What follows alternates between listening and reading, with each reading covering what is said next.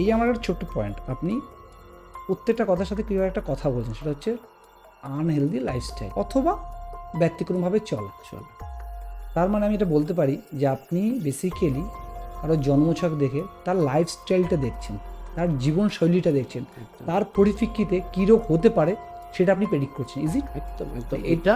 এবং তার সঙ্গে সঙ্গে আরও একটা বিষয় আছে, শুধু প্রেডিক্ট করা না, লাইফস্টাইল খারাপ হবে যদি জন্মছকের এইগুলো এই জায়গাগুলোয় থাকে। লাইফস্টাইল খারাপ হবে যদি সেই ব্যক্তির অমুক অমুক ঘরে অমুক অমুক গ্রহের খারাপ কারকতা থাকে এবং মিলতে বাধ্য।